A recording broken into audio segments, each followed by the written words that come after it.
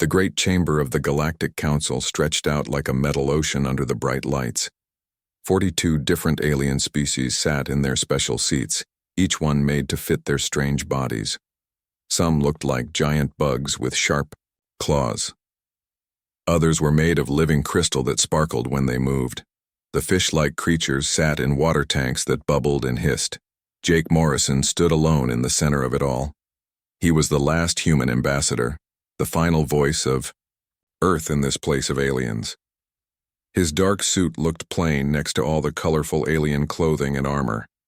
But Jake did not care how he looked. Today was not about making friends. The insect leader clicked his mouthparts together, making a sound like breaking glass. Human Morrison, he buzzed in the common language. 3 cycles have passed. What is your answer to our demand? Jake looked around the chamber. Every alien eye, crystal face, and sensor was pointed at him. They all wanted the same thing. They wanted humans to bow down. They wanted Earth to give up control of human worlds. They wanted the Galactic Council to rule over everything humans had built. The demand was clear, said the water creature from his tank. His voice made wet sounds. All human colonies must accept Galactic Oversight Protocol 7 Alpha. Your species grows too fast. You change too much. You break too many rules. More aliens spoke up. The crystal beings rang like bells when they talked. Humans are dangerous. They do not follow proper procedures. They make new things without asking permission. They solve problems in ways that make no sense, added another voice from the shadows. Other species have done things the right way for thousands of years. Humans come and change everything in a few decades. Jake listened to it all. He had heard these complaints many times before. Humans moved too fast. Humans asked too many questions. Humans did not wait for approval before trying new ideas. Humans scared the other species because they never stayed the same. The tall alien leader stood up. His skin was gray and smooth like stone. The vote was final, Human Morrison. 39 species voted yes. Only 3 voted no. Your colonies will accept our control, or you will face the consequences. Jake had been ready for this moment for months. The United Earth Federation had spent those months making plans. Not plans to fight, not plans to argue, plans to leave. I have an answer, Jake said. His voice carried across the silent chamber. The United Earth Federation does not accept Protocol 7 Alpha. We will not place our colonies under alien control. We will not slow our growth to make you comfortable. We will not stop being human to fit your rules. The aliens began to make noise. Some buzzed. Others rang like bells. The water creatures made gurgling sounds. Jake raised his hand for quiet. But we will not fight you either, Jake continued. Instead, the United Earth Federation officially withdraws from the Galactic Council. We are leaving. The chamber fell silent. Even the bubbling of the water tank seemed to stop. Leaving? The crystal leader's voice cracked like breaking ice. What do you mean, leaving? Every human colony in council space will be evacuated within 1 standard year, Jake said. Every human citizen, every human ship, every human station. We will take everything we brought, and we will go beyond the galactic rim to build our own worlds. The insect leader's claws scraped against his chair. You cannot be serious. Humans have lived in council space for over a century. You have built cities, made trade deals, started families on dozens of worlds. And we will take all of it with us, Jake replied. Our cities can be moved.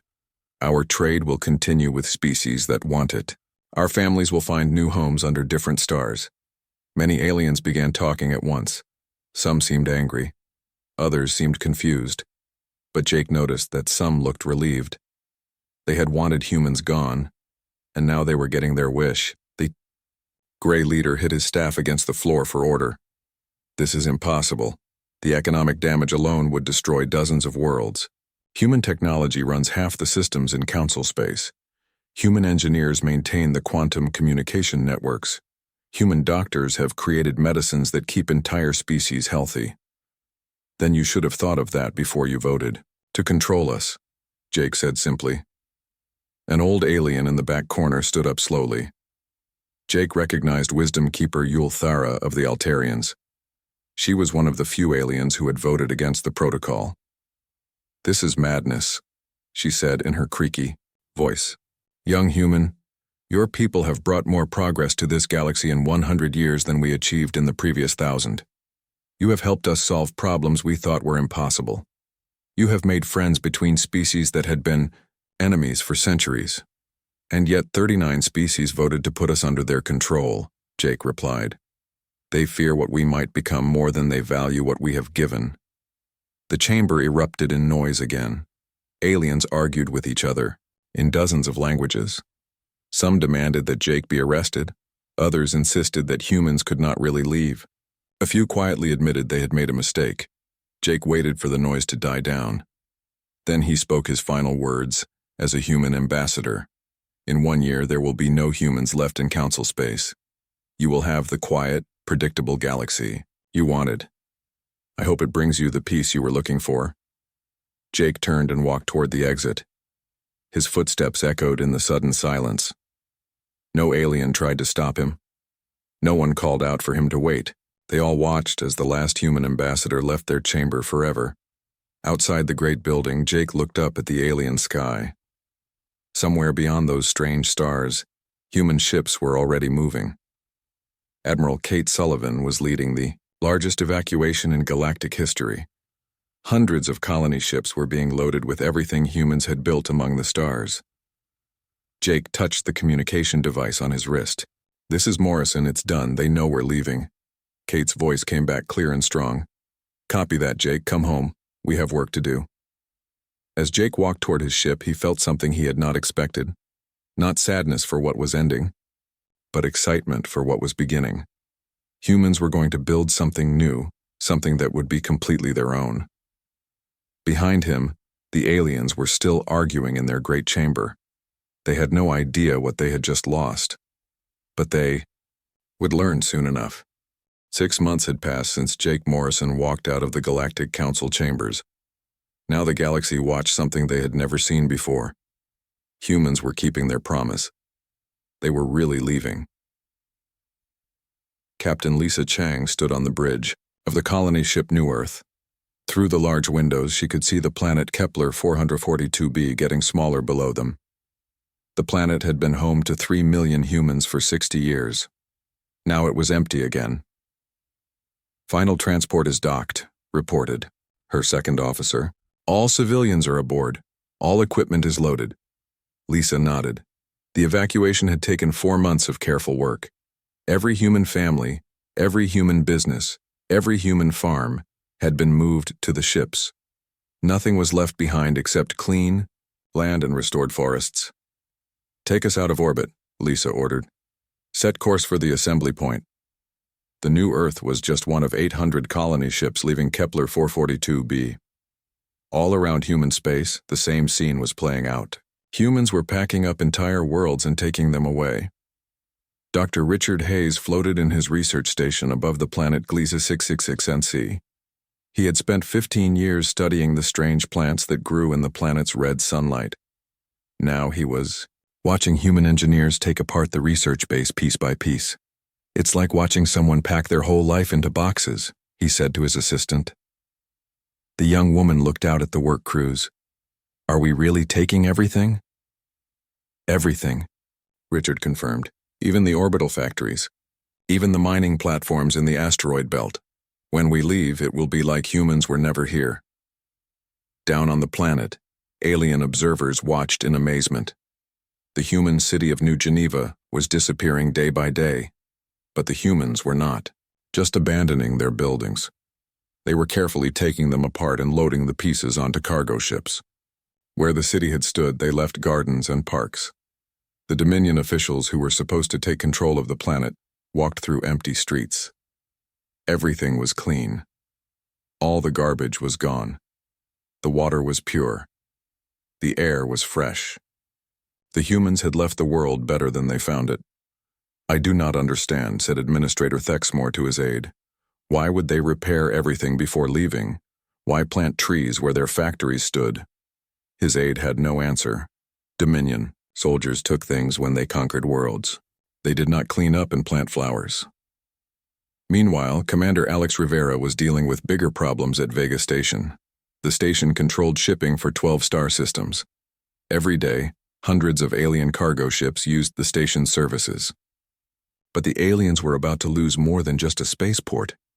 "Sir, the Rigel merchants are asking about the navigation charts," reported his communications officer. Alex looked at the data screens around him. The shipping lanes in this part of space were dangerous. There were black holes, radiation storms, and gravity wells that could destroy ships. Human survey teams had spent decades mapping safe routes through all the dangers. "Tell them the charts are human property," Alex said. "When we leave, we take our maps with us." The Rigel merchants had been using human navigation data for 40 years. They had never bothered to learn how to make their own maps. Now they were realizing they might not be able to find their way through space without human help. Similar problems were showing up everywhere humans lived. The quantum communications network that connected the galaxy was starting to fail. Human engineers had built most of it. Human technicians kept it running. When the humans left, they took their knowledge with them. Dr. Elena Foster was in her laboratory on Titan Station, packing up 30 years of medical research. She had created cures for 17 different alien diseases. Her vaccines had saved millions of lives across the galaxy. "The Arcturian Health Ministry is begging us to leave the research data," her assistant told her. Elena shook her head. "The data comes with us. If they wanted human medical knowledge, they should not have voted to control human doctors."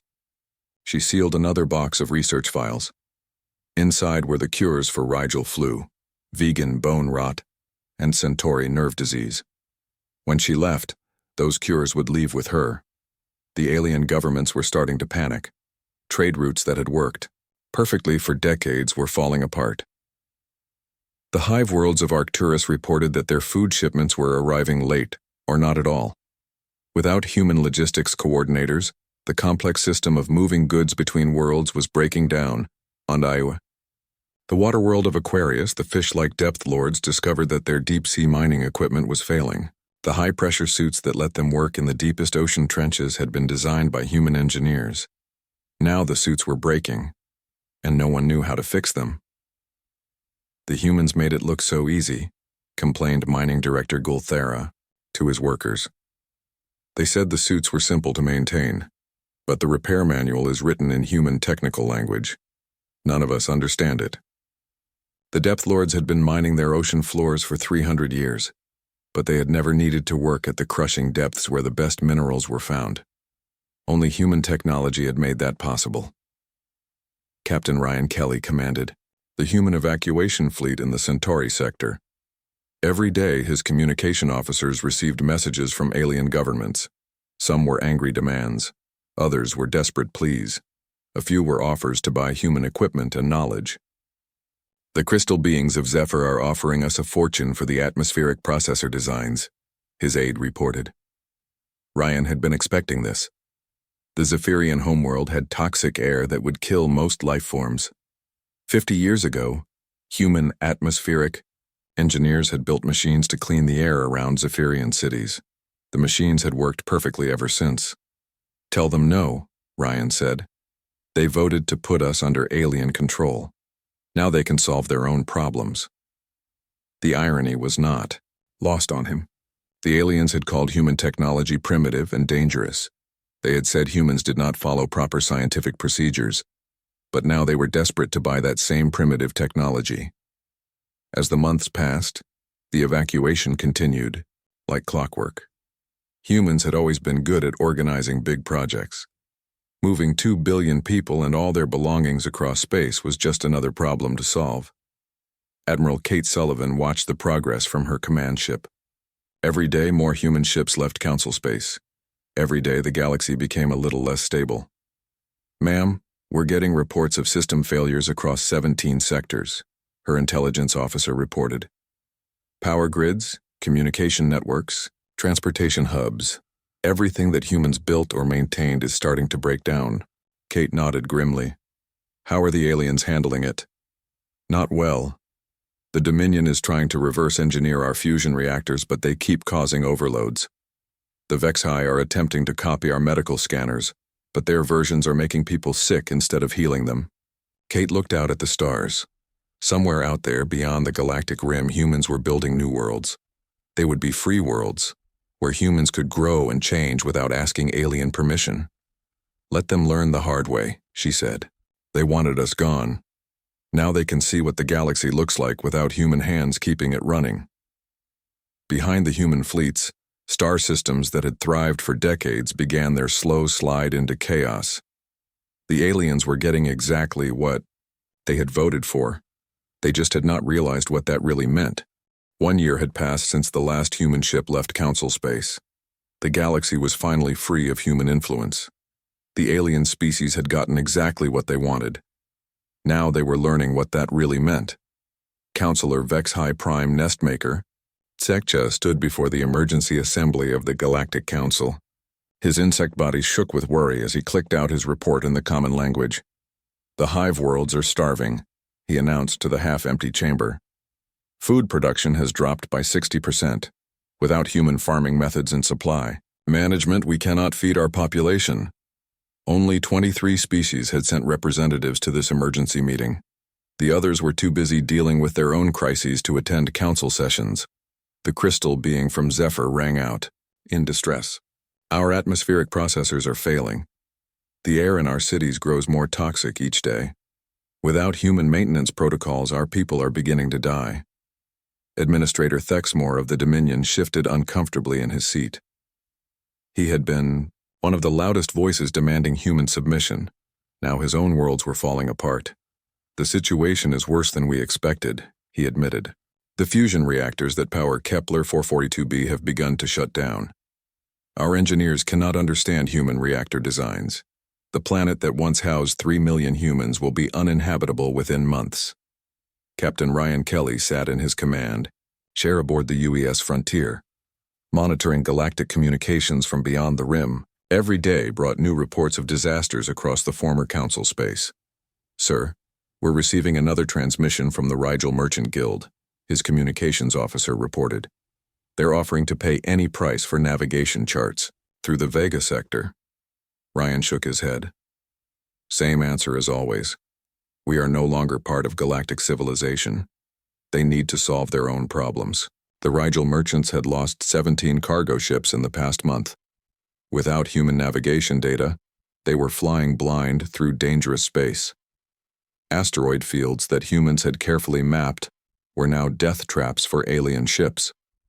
Dr. Patricia Wells worked in her new laboratory on the human colony of New Hope, far beyond the galactic rim. Her job was to monitor what remained of galactic civilization and document its collapse. The medical crisis is spreading faster than predicted, she reported to the colonial government. The Arcturians are facing their first plague in 2 centuries. Without human-developed vaccines, the disease is killing thousands every day. Patricia pulled up another report on her screen. The Centauri system has quarantined itself. They're afraid that without human medical support, any disease could wipe them out completely. Back in council space, the depth lords of Aquarius were discovering that their ocean mining operations had completely stopped. The deep-sea equipment that humans had designed was breaking down, and no one knew how to fix it. Mining Director Gulthara floated in his command center, watching his workers struggle with failing pressure suits. How did the humans make this look so easy? He asked his chief engineer. They built systems that worked together, the engineer replied. Each piece supported the others. When we try to fix one part, 3 other parts stop working. The depth. Lords had been the galaxy's main source of rare metals for centuries. Their deep ocean mines produced materials that every advanced civilization needed. Now those mines were flooding as the human-built pumping systems failed. The economic collapse was spreading like a disease through the galaxy. The quantum communications network that connected thousands of worlds was failing piece by piece. Human technicians had maintained the network for decades, understanding how each relay station worked with the others. Alien engineers tried to repair the network, but they only made things worse. Every time they fixed one relay, 2 others would overload and burn out. Within months, entire sectors of the galaxy were cut off from outside communication. On the crystal world of Zephyr Prime, Resonance leader Kyle Thera watched her people die as their city's air grew poisonous. The atmospheric processors that had kept them alive for 50 years were shutting down one by one. "Why did we not learn how these machines work?" she asked her science council. "We thought human technology was primitive," one of her advisors replied. "We believed our crystal-based science was superior. We never bothered to study their methods." Now the Zephyrians were trying desperately to understand human atmospheric science, but the human manuals were written in ways that made sense to human minds. Alien scientists could not follow the logical steps that human engineers use to solve problems. The disasters kept getting worse. The ancient Altarian civilization, one of the oldest in the galaxy, was preparing to abandon their homeworld. The orbital defense systems that protected them from meteor showers had been upgraded with human technology 50 years earlier. Wisdom Keeper Yulthara, now very old and weak, spoke to her people with sadness. "We survived the heat death of Vega. We lived through the Crystal Wars and the Dark Century. But we cannot survive without the humans who taught us to reach for tomorrow." The Altarians had tried to maintain their defense grid without human help. But when a large meteor storm hit their system, the defenses failed catastrophically. 3 of their orbital cities were destroyed, and millions died in the impact. Commander Nathan Price led a human deep space patrol near the galactic border. His ships had orders to provide humanitarian aid to refugees, but not to enter Council space. "Sir, we have 17 refugee ships requesting passage to human territory," his tactical officer reported. "They're from 9 different species.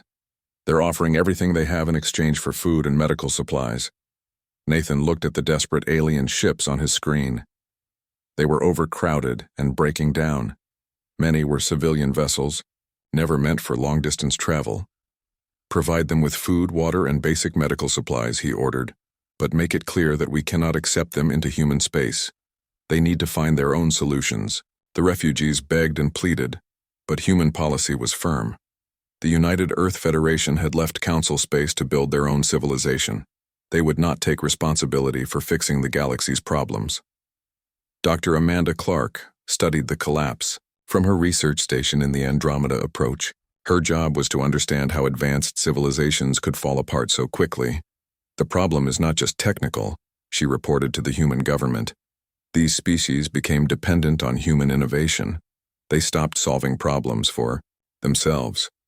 When humans left, they lost the ability to adapt and change." Her research showed something troubling. The major alien civilizations were trying to copy human technology without understanding how humans thought. The results were catastrophic. The Vexhi had attempted to recreate human medical scanners, but they built them wrong, and the scanners were spreading a plague through their hive worlds instead of detecting diseases. The Dominion tried to copy human faster-than-light drives. Their flawed copies were creating space-time tears that swallowed entire star systems. "They're not just losing human technology," Amanda concluded. "They're losing the human way of thinking that made the technology work." The galaxy that had once been home to billions of beings was becoming a graveyard of failed civilizations. Trade had collapsed. Communication networks were dead. Entire species were going extinct as their life support systems failed.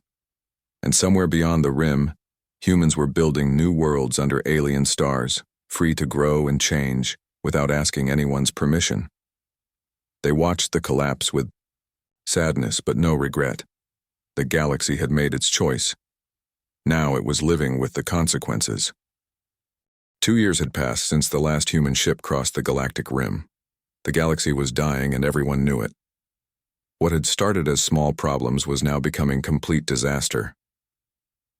Colonel Maria Santos watched the emergency broadcasts from her monitoring station on the human world of Liberty's Edge. Her job was to track what remained of galactic civilization. Today's report was the worst yet. Proxima Centauri Prime has suffered total infrastructure collapse, she announced to the Human Colonial Council. The planet's orbital defense grid failed during a meteor shower. The capital city took direct hits. 2 million beings are dead. The defense grid around Proxima Centauri Prime had been built by the Dominion 50 years ago, but humans had upgraded it with better computers and targeting systems. When the humans left, they took the upgrade codes with them. The alien engineers, who tried to maintain the system, had no idea how the human improvements worked. When the meteor storm came, the defense grid turned on its own cities instead of protecting them. The targeting computers, confused by alien attempts to reprogram them, identified the orbital stations as incoming threats. The defense weapons destroyed 3 orbital habitats before anyone could shut them down. Commander Nathan Price received the distress calls from his patrol ship near the border. The survivors from Proxima Centauri Prime were fleeing in whatever ships they could find. Most were cargo vessels and pleasure craft never meant for interstellar travel. "Sir, they're requesting emergency assistance," his communications officer reported. "Medical supplies, food, temporary shelter. Some of their ships are breaking down in space." Nathan looked at the refugee fleet on his screen. Hundreds of ships, packed with desperate aliens, many of them injured or dying. Children and elderly beings crowded into cargo holds without proper life support. "Provide emergency humanitarian aid," he ordered. "Food, medicine, temporary repairs to keep their ships running. But make it clear we cannot take them to human worlds." The human ships moved in to help the refugees. Human doctors treated the injured while human engineers fixed failing life support systems. But when the aliens begged to be taken to human colonies, the answer was always the same. "We left Council space to build our own civilization," Nathan explained to the refugee leaders. "You chose to exile us. We cannot now take responsibility for your survival." Back in the dying galaxy, the crisis was spreading faster than anyone had predicted. The crystal beings of Zephyr were facing extinction as their atmospheric processors continued to fail. Without clean air, their cities were becoming death traps filled with poisonous gas. Resonance leader Kyle Thera stood in her emergency bunker, one of the few places on her world that still had breathable air. Through the thick windows, she could see her crystal city slowly darkening as her people died. "How many are left?" she asked her aide. "Fewer than 50,000 on the entire planet," came the reply. "The atmospheric crisis has killed over 90% of our population in the past 6 months." Kyle Thera had tried everything. Her scientists had studied the human atmospheric processors for months, taking them apart piece by piece. But they could not understand how the machines worked. Human engineering used principles that crystal-based minds could not follow. "We are a species that has existed for 10,000 years, she said sadly. "We have survived ice ages and solar storms. But we cannot survive without the humans we drove away." The Vexhi were facing an even worse disaster. Their attempts to copy human medical technology had backfired catastrophically. The flawed medical scanners they had built were spreading a plague that their own immune systems could not fight. Prime nestmaker Zekcha watched his hive worlds die through the communication screens in his underground bunker. The plague had killed 60% of his species in just 8 months. The rest were dying slowly as their bodies failed.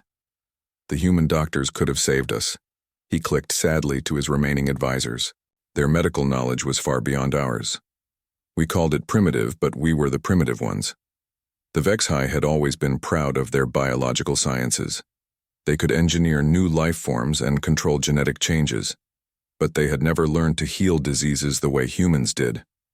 Human medicine worked differently, using approaches that the hive mind could not understand.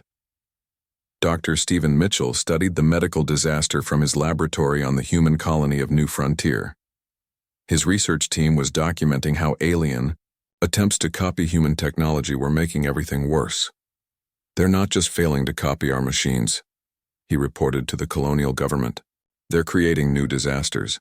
The Vexhi plague is something their own medical scanners created. It never existed before they tried to build human-style diagnostic equipment." Stephen pulled up data from across the galaxy. The Dominion's attempts to copy human faster-than-light drives had created 7 space-time anomalies. Entire star systems had been swallowed by tears in reality that the aliens could not close. "They don't understand that human technology is not just about the machines," Stephen explained. "It's about the way humans think. We see problems differently than they do. When they copy our machines without understanding our thinking, they create monsters." The economic collapse was now complete. The merchant guilds reported that interstellar trade had dropped to less than 5% of pre-departure levels. Most trade routes were too dangerous to use without human navigation data. The few routes that remained open were clogged with refugee ships and pirates. Captain Jennifer Morris commanded the deep space listening post that monitored galactic communications. Every day brought new reports of civilizations going dark as their communication systems failed. The Arcturus industrial complex has suffered complete meltdown, she reported to the Human Fleet Command. The facility that produced 60% of the galaxy's manufactured goods is now a radioactive wasteland. The Arcturus complex had been the galaxy's largest manufacturing center. Humans had designed its safety systems and trained its engineers. When the humans left, alien engineers tried to keep the massive facility running. They had no idea how dangerous it really was. The meltdown started when alien engineers tried to increase production to make up for lost human factories. They overrode safety systems they did not understand. The fusion reactors that powered the complex began to overload. When the explosion came, it was visible from 3 star systems away. The blast turned an entire moon into radioactive dust and contaminated 4 planets. 20 billion beings had to be evacuated from the Arcturus system, but most refugee ships broke down before they could reach safety.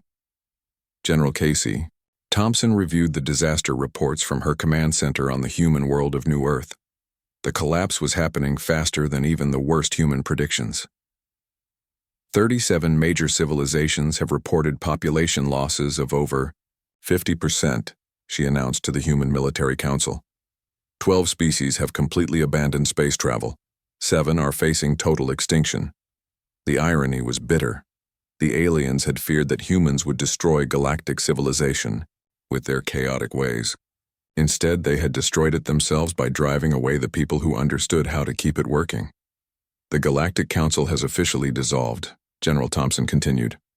Only 9 delegates showed up for their last emergency session. Most governments are too busy dealing with internal collapse to attend meetings. Councillor Thexron of the Dominion had arrived alone at that final session. His entire civilization had broken apart into warring factions fighting over the last working human-built installations. The proud Dominion that had once ruled dozens of worlds was now just scattered tribes of survivors. The human deep space patrols reported that they were now surrounded by a dead zone. Dozens of star systems that had once been home to thriving civilizations were now empty. Some had been abandoned, as their life support systems failed. Others had been destroyed by alien attempts to fix technologies they did not understand. Dr. Rachel Foster, working at the Human Xenological Research Center, studied the psychological aspects of the collapse. Her research showed that the aliens had not just lost human technology, they had lost something more important. They lost their ability to adapt, she explained to her colleagues. For centuries, whenever they faced a problem they could not solve, humans would solve it for them. They stopped learning how to think creatively. They stopped taking risks. They became dependent not just on our machines, but on our way of thinking. As the 3rd year since departure began, the galaxy had become a graveyard. The great civilizations that had ruled the stars for thousands of years were reduced to scattered survivors, clinging to failing equipment they could not repair. And beyond the rim, humans continued building their new worlds, free to grow and change, without fear. They had not wanted to leave, but they had learned to thrive in their exile. The galaxy had rejected them, but they had found something better than the galaxy could offer. They had found freedom. 3 years had passed since humanity left the galaxy behind. What had once been the greatest civilization in the known universe was now a collection of dying worlds scattered across dark space. The Galactic Council chambers on Centauri Prime sat empty most days, their grand seats gathering dust. General Casey Thompson stood before the massive display screens in the Human Command Center on New Earth. Each screen showed a different sector of the galaxy they had left behind. Most of the screens were dark now, showing dead space where thriving worlds had once been. "Status report," she ordered. Major Alan Brooks stepped forward with his datapad. 31 species have suffered. Population losses greater than 50%. 12 civilizations have abandoned space travel completely. 7 species are confirmed extinct. Casey studied the dark sectors on the map. What about the major powers? The Dominion has fractured into 47 separate factions fighting over resources. The Vex High Collective is down to 12 hive worlds from their original 130. The Crystal Alliance lost their homeworld when the atmospheric systems failed completely. Each report was worse than the last. Casey had spent her career fighting to protect these civilizations, working alongside alien allies against common threats. Now she was watching them destroy themselves through their own fear and pride. Any change in their attempts to contact us? Daily requests for assistance through every communication channel they can find, Brooks replied. The offers are getting more desperate. The Rigel merchants are now offering their entire fleet and trading empire in exchange for basic navigation charts. Casey shook her head. The United Earth Federation had made its position clear. They would provide humanitarian aid to refugees, but they would not return to fix the galaxy's problems. The aliens had made their choice when they voted to control humanity. Now they had to live with the results. On the dying world of Zentari Prime, the last meeting of the Galactic Council was taking place. Only 9 delegates had managed to reach the capital world. Most species were too busy trying to survive to send representatives. The Great Chamber that had once held representatives from 42 different civilizations now echoed with the voices of the few survivors. Councillor Thexeron of what remained of the Dominion spoke first. My civilization is gone, he admitted to the nearly empty chamber. We are scattered tribes fighting over broken machines we cannot fix. The great Dominion that ruled for 3,000 years died when we lost the humans who kept our technology working. The crystal being who represented the few surviving Zephyrians rang out in sorrow. Our homeworld is dead. Our cities are tombs filled with poisonous air. We exist now only in a few space stations that still have working life support. Wisdom Keeper, Yulthara of the Altarians, was the oldest being in the chamber. She had lived through the rise and fall of civilizations, but she had never seen anything like this. We have learned the hardest lesson of all, she said in her ancient voice. We thought the humans were our problem. We believed their chaos and their constant changes were dangerous to our stable galaxy. But we were wrong. The humans were not our problem. They were our solution. The remaining delegates listened in silence as the old Altarian continued. For 100 years, whenever we faced a challenge we could not solve, humans would find a way. When diseases spread that our doctors could not cure, human medicine saved us. When our old technologies failed, human engineers would build better ones. When species could not understand each other, humans would help us communicate. She paused, her ancient body shaking with emotion. We became dependent on their ability to solve problems. We stopped learning how to adapt and grow. When they left, we lost more than their technology. We lost the part of ourselves that could change and improve. Dr. Patricia Wells monitored the council meeting from her research station beyond them, RIM. Her job was to document the final collapse of galactic civilization for future human historians. The Galactic Council is officially dissolving, she reported to the human colonial government. The remaining delegates voted to abandon Zentari Prime. The capital of galactic civilization will be empty within the month. Patricia had been tracking the collapse for 3 years. What amazed her was not how fast it happened, but how completely the aliens had given up trying to save themselves. They're not even attempting to rebuild, she noted in her report. When humans face disaster, we adapt and find new solutions. When these species face disaster, they just accept defeat. Captain Ryan Kelly received the final transmission from Zentari Prime as the last government officials evacuated the planet. His deep space patrol was monitoring the border between human space and what remained of the galaxy. This is Administrator Kexlon of Zentari Prime Control, came the weak signal. We are abandoning the capital. All government functions are suspended. Any human vessels receiving this message, please know that we understand our mistake. We drove away the only species that could have saved us. Ryan felt no satisfaction in hearing the message. These had been allies once, partners in building something greater than any one species could achieve alone. Their fear had destroyed that partnership and doomed them all. The most shocking news came from the ancient Altarian civilization.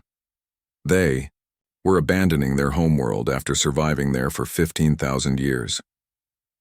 Wisdom Keeper Yulthara broadcast her people's final message as their evacuation ships left the planet. We survived the heat death of Vega. We endured the crystal, wars in the dark century. We thought we were the wisest species in the galaxy because we had lived the longest. But wisdom is not about age. It is about knowing when you need help and being brave enough to accept it. Her voice cracked with sadness as she continued. The humans offered us partnership. They wanted to learn from our experience while sharing their innovation. We were too proud to accept equals and too afraid to accept change. Now we pay the price for our pride and fear. Commander Lisa Chang led a humanitarian mission to the edge of former Council space. Her ships carried medical, supplies and food for the endless stream of refugees fleeing the collapsing galaxy. How many ships today? She asked her aide. 217 refugee vessels requesting assistance. Most are overloaded civilian craft. Many won't survive another week in space without major repairs. Lisa looked out at the desperate fleet of alien ships. Families that had lived on the same worlds for generations were now homeless in space. Children who had never known hardship were dying of hunger and disease. Provide what aid we can, she ordered. Food, medicine, repairs to keep them flying. But maintain the boundary. We cannot save them all. The human policy was firm but fair. They would help refugees survive, but they would not take responsibility for rebuilding alien civilizations. The galaxy had rejected human partnership. Now the survivors had to find their own way. Dr. Amanda Clark studied the refugee populations from her research center on New Hope. Her work focused on understanding how civilizations collapsed and what it meant for the future. The pattern is consistent across all species, she reported. When faced with problems they cannot solve, they give up instead of adapting. Human refugees fight to rebuild their lives. Alien refugees just wait for someone else to save them. The difference was striking. When human colonies had faced disasters in the past, the survivors would immediately start building new homes and finding new solutions. When alien worlds failed, the survivors just fled and hoped someone else would take care of them. They've lost the ability to be independent, Amanda concluded. 100 years of human partnership made them dependent not just on our technology, but on our way of thinking about problems. As the third year of exile ended, the galaxy had become a wasteland dotted with refugee camps and failed worlds. The great civilizations that had ruled the stars for millennia were reduced to scattered survivors begging for help from the humans they had driven away. But the humans were no longer listening to their pleas. Beyond the galactic rim, humanity was building something new. Free from alien control and alien fear, they were creating colonies that grew and changed and adapted to whatever challenges they faced. The galaxy had wanted to be rid of human chaos and unpredictability. Now it was learning what order without innovation really meant. It meant death. 5 years had passed since the last human ship crossed the galactic rim. The galaxy that had once been home to billions of beings was now a graveyard of failed civilizations. Where 42 species had once ruled the stars, only scattered groups of survivors remained. Admiral Paul Richardson commanded the human fleet that conducted the final survey. His ships moved through the dead zones that had once been thriving sectors, documenting what remained of galactic civilization for the historical record. Survey complete for the former Dominion core worlds, reported Captain Lisa Davis from her scout ship. 17 planets confirmed uninhabitable. 3 worlds show signs of primitive settlements. Population estimates suggest fewer than 10 million survivors across the entire sector. Paul studied the data on his command screen. The Dominion had once ruled 47 star systems with a population of 12 billion beings. Now they were reduced to tribes fighting over scraps in the ruins of their former empire. What about the Vex High territories? Worse, came another report from Commander Jake Anderson. The plague they created with their failed medical scanners has spread to 90% of their worlds. We detected life signs on only 3 hive worlds. Total population appears to be less than 50,000. The Vexi Collective had been one of the galaxy's oldest civilizations. Their hive mind had existed for over 5,000 years, surviving wars and disasters that had destroyed other species. But they could not survive their own attempts to copy human medicine. Dr. Rachel Foster worked in her laboratory on the human colony of New Genesis, studying the anthropological data from the final survey. Her research team was documenting the complete collapse of galactic civilization for future generations to understand. The pattern is consistent across all surviving populations, she reported to the Colonial Council. They have abandoned space travel, abandoned advanced technology, abandoned the attempt to maintain their former civilizations. Most have reverted to pre-industrial technology levels. Rachel pulled up images from the survey teams. Cities that had once housed millions were now empty ruins. Orbital stations drifted dead in space. Planets that had been terraformed over centuries were returning to their natural states as alien-built systems failed. They're not trying to rebuild, she noted. When humans face disaster, we adapt and start over. These species have simply given up on the idea of advanced civilization. The most shocking discovery came from the ruins of Centauri Prime. The former capital of galactic civilization was now completely abandoned.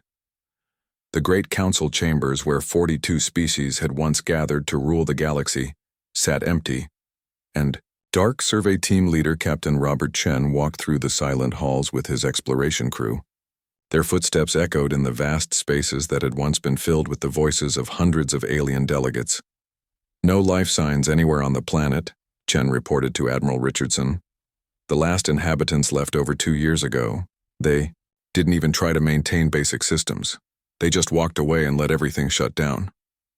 The irony was bitter. The aliens had feared that human chaos would destroy their orderly civilization.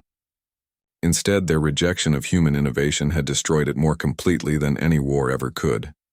But beyond the galactic rim, humanity was thriving. Captain Laura Davis commanded the exploration ship UES Discovery as it surveyed the 15th new star system that humans had claimed in the past year. Perfect conditions for a new colony, she reported to the Colonial Expansion Office.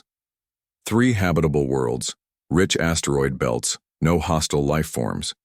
We can have the first settlement ships here within 6 months. Humanity had not just survived their exile. They had used it as an opportunity to build something better than what they had left behind. Free from alien oversight and alien fears, human colonies were growing faster and reaching further than ever before. Dr. Stephen Mitchell studied the contrast from his research station on the colony world of Freedom's Edge. His job was to understand why humanity thrived in exile while the aliens collapsed in their home territory. The difference is in how we approach problems, he explained to a gathering of colonial scientists. When aliens face a challenge they cannot solve immediately, they wait for someone else to provide a solution.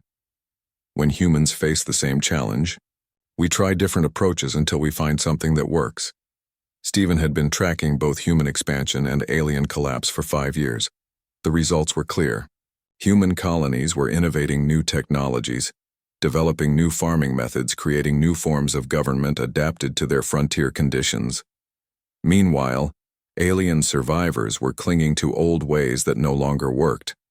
They became dependent on us not just for technology, but for the very idea that problems can be solved, Stephen concluded.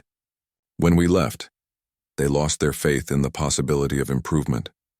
The moment that would be remembered by history came when a small delegation of surviving alien leaders made the long journey to human space.